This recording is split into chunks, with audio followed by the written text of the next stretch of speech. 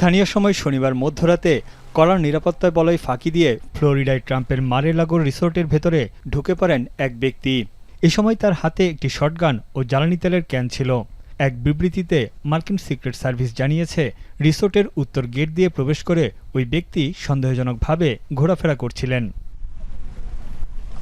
এ সময় নিরাপত্তা কর্মীরা তাকে অস্ত্র ফেলে আত্মসমর্পণের নির্দেশ দেন।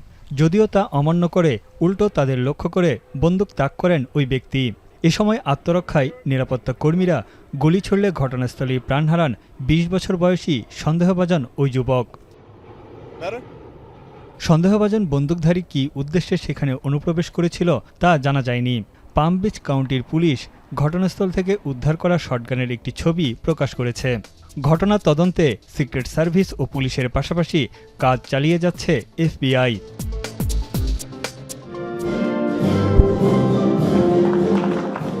এই ঘটনার সময় প্রেসিডেন্ট ট্রাম্প ফ্লোরিডায় ছিলেন না। বর্তমানে তিনি ওয়াশিংটন ডিসিতে আছেন।